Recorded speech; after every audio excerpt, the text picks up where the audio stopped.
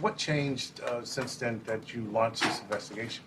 Information that has come for information. There's information new information, additional information. I want to follow up on an argument I made on Saturday, which was that we should think of two things Pam Bondi did on Friday in the same vein. How dare you? Those two things are, first, and this came chronologically first, but it got very little attention. I'm a career prosecutor. Don't you ever challenge my integrity. Pam Bondi re-ratified everything that had happened in the grand jury to indict Jim Comey. Bondi has twice submitted affirmations to this court about the propriety of Lindsay Halligan's grand jury presentation. She had done that once on Halloween. I want to get your reaction to the attempt from James Comey and Letitia James to disqualify Lindsay Halligan from prosecuting those cases against them. They claim that she was appointed unlawfully. They want her removed. And oh, by the way, they want their cases dismissed. Cameron Curry, the judge presiding over Lindsay's unlawful appointment. At its basic level, Trump derangement syndrome, right? Because the president has nominated people, phenomenal attorneys, to be U.S. attorneys, and you have judges, you have senators who have said, no, we're not even going to talk to them, much less even consider letting them work. The judge said, how could you have ratified it? Because you didn't have the whole transcript. It also raises questions for me that if you're going to use Lindsay Halligan in this manner, the fact that she has no experience, is anyone overseeing that work to make sure that problems don't arise? But what do you think now? Well, I do think that both Halligan and Bondi should be disbarred. And then on Friday said, oh, I still vouch for everything that happened in the grand jury.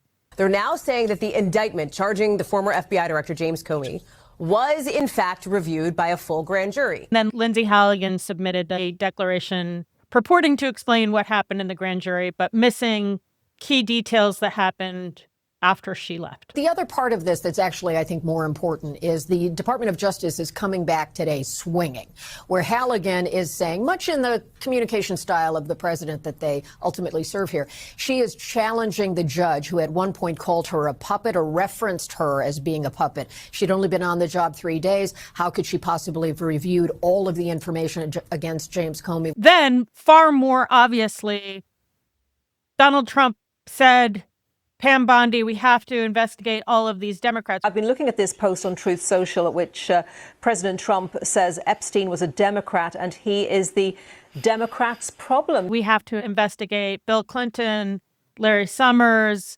Reid Hoffman. I need you to investigate them. And almost immediately, Bondi responded and said, oh, I've put the SDNY U.S. attorney in charge of that. I argued on Saturday, those are going to end up being completely related. Those stem, in my opinion, from the same desperation. On both of those instances, Pam Bondi is in great political danger from Trump supporters and possibly from Trump herself. And so without thinking through the consequences, I think she very quickly did what she needed to do to sustain two of the most corrupt things Trump had done. The White House has announced a bunch of partisan investigations. I think that's a bad idea. Reopen an investigation, which, unsurprising, I mean, this was predicted. I think it's another bad idea if, I'm not sure their motivations, but if that was to create silos of information that can't be released based on these investigations. As Congress approved the order to share the Epstein files, she has already pointed back to this newly reopened investigation into Trump's adversaries as an excuse not to turn the Epstein files over. We're not going to say anything else on that because now it is a pending investigation in the Southern District of New York. And then, two, in an effort to salvage the Jim Comey prosecution, she has implicated herself and with it the entire Department of Justice in everything that's become evident. And contrary to Bondi's lies this morning, there is no new information. The government has all this information. Remember, Bondi said it was all on her desk and that she'd reviewed every wisp of it, and actually went on the record to say that there were no more cases that could be brought against anybody. And that was pretty definitive, and I'm sure that's the case. So whatever's happening now is just a fraud. The Epstein thing is happening. People are watching it in real time. What happened was Trump trying to get ahead of a rushing mob of Republicans, trying not to lose his party. Psychologically, he has to be on the winning side. He can't abide being on the losing side. Couldn't have abided the repudiation that 100 Republicans or more were about to provide in voting with the Democrats to release the files. He said, okay, go ahead and vote for it. Mike Johnson said, vote your conscience. And then Mike Johnson voted for the bill that he had opposed for months. The Speaker of the House is always going to do whatever President Trump wants. It turned out that just one Republican voted against the bill they've been fighting tooth and nail for months. And because so many people voted for that, the Senate didn't do what it otherwise might have done if the vote were closer. It took it up immediately and passed it and did not change it. So when Mike Johnson voted for it, he's like, I'm very confident that when this moves forward in the process, if and when it is processed in the Senate, which there's no certainty that that will be, that they will take the time methodically to do what we have not been allowed to do in the House, to amend this. Senate didn't change it. Any reaction to Leader Thune seeing the bill without adding amendments or changing it? I'm deeply disappointed in this outcome. The letter of the law says, and this is important, It needed amendments. I just spoke to the president about that. We'll see what happens. While DOJ can withhold things for ongoing investigations, they have to log that. You say you spoke to the president? I'm not saying that. Is he supportive of it in its current form? We both have concerns about it, so we'll see. They have to tell Congress now exactly what that cover-up investigation is going to do. It might not have worked anyway, but when they log it, it's just going to provide more surface area to keep applying political pressure on Bondi, on Trump. Even if they start 10 investigations, there's no way they're going to cover up the crimes that have been perpetrated on 1,000 victims. Not only will this not go away, but it could well get significantly worse because it's going to look even more like a cover-up. So that's one that everyone knows and sees. Several sources tell MS Now the House Oversight Committee believes there's been a, quote, intense White House cover-up on the Jeffrey Epstein files. When I said on Saturday that the re-ratification could really blow up, those were in the halcyon days where I was the only one talking about the Fourth Amendment problems, where I was the only one really focused on the fact that there may not be an indictment at all. I think lawyers, honestly, are pretty shocked by the level of, from their point of view, just incompetence. Since then, Magistrate Judge William Fitzpatrick wrote this absolutely scathing opinion. You couldn't find a high school stock boy at Home Depot who could have handled this more ineptly than Lindsay Halligan did. Saying, here are the 11 things wrong with this opinion. These are gifts for the Comey defense here. And to the broader point, just the sloppiness that has suddenly permeated the Trump administration. If they did not go back and represent the second indictment, we're in uncharted territory. And then in a hearing on Wednesday, Lindsay Halligan took the stand and basically confirmed we are in uncharted territory. And now everyone's like, holy shit, this thing is dog shit. It's dog shit. Let's go back. Pam Bondi on Friday, when this was apparent to me at least, so I don't even have the grand jury transcript, but it is apparent to me that not only do they have a problem with the two indictments, not only do they have a problem with Fourth Amendment violations, not only do they have a problem with attorney-client taint, not only do they have a problem with the way Bill Barr treated these materials back in the day, not only do they have a potential problem, DOJ argues that the magistrate judge misunderstood this, not only do they have a potential problem with Lindsay Halligan misinforming the grand jury about key matters of law, such as whether Jim Comey has to take the stand or not.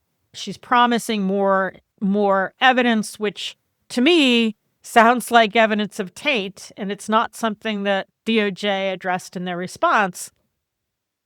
So all of that was foreseen by me when on Friday, when Pam Bondi re-ratified this prosecution of Jim Comey.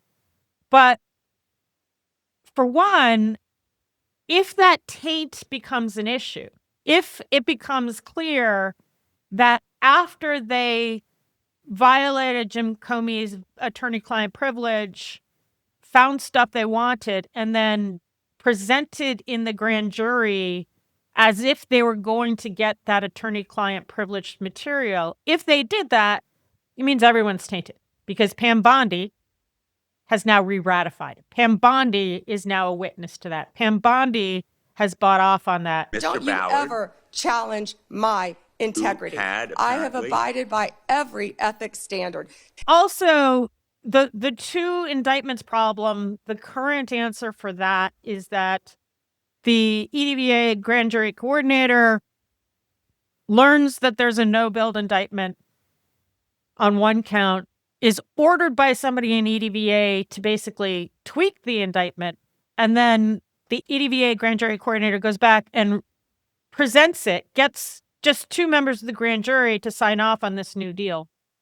So, well, Lindsay's been saying, I was never alone with the grand jury, I was never alone with the grand jury, I was never alone with the grand jury. That appears to be true.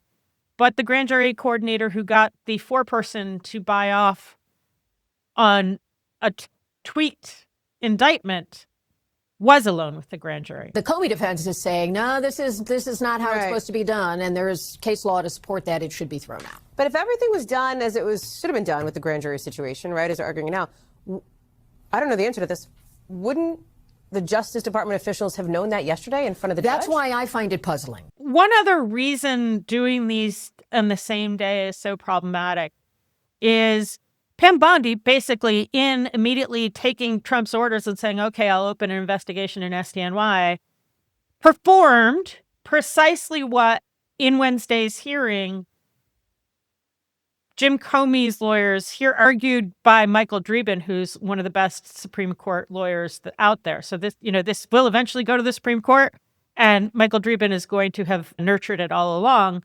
And Wednesday's hearing was about whether Pam Bondi kowtowed to Donald Trump back on September 20th, by putting Lindsay Halligan in charge of EDVA and allowing her to do this prosecution. She did that because at the time, no career attorneys were willing to bring these charges. And she is not a criminal prosecutor. And sure enough, and this was about the 20th most newsworthy things in the hearing on Wednesday, Dreeben said, look, we just saw Pam Bondi do this again on Friday when she immediately told Donald Trump she's reopening an investigation into his political adversaries. Do not question my ability to be fair and impartial as Attorney General. Not only will what Pam Bondi did on Friday not succeed in staving off the political and legal pressure she's under, but it's going to make both of them, I suspect, have much wider valence. The fact that Jim Comey's prosecution is collapsing. Yeah, I mean, it was really just an embarrassment. Hard to watch. And collapsing while she's trying to use a politicized investigation in SDNY to stave off Epstein pressure. They are criminally liable at the DOJ and FBI if they don't release these files. Those are now linked, and those have the ability to have far more resonance now being linked than they did before Pam Bondi did two very rash things on Friday. We will follow the law.